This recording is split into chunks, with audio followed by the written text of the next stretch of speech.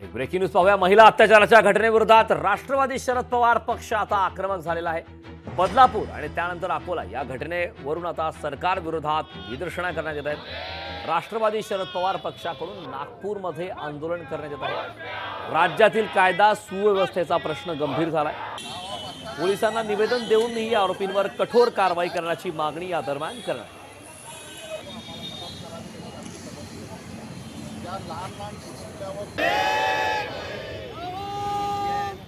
राष्ट्रवादी काँग्रेस पक्षाची मागणी आहे की जे महाराष्ट्रामध्ये ज्या पद्धतीचं लॉ अँड ऑर्डर संपलेला आहे, ज्या अन्याय अत्याचार संपूर्ण महाराष्ट्रामध्ये घडत आहे, एखाद्या वेळेस छोटा मोठा आंदोलन केलं तर तिथे 500 पोलीस असतात, तर मग काय त्या लहान मुलींच्यासाठी किंवा शाळेतल्या मुलींसाठी यांना सुरक्षेसाठी काय उपाययोजना आहे पोलिसांकडे, याच्यासाठी आम्ही इथं निवेदन द्यायला आलो। आणि जोपर्यंत त्या नरधामाला फाशीची शिक्षा होत नाही तोपर्यंत राष्ट्रवादी काँग्रेस पक्ष हा नेहमी जनतेसोबत राहणार आहे आणि या सत्ताधाऱ्याच्या विरोधात लढत राहणार आहे।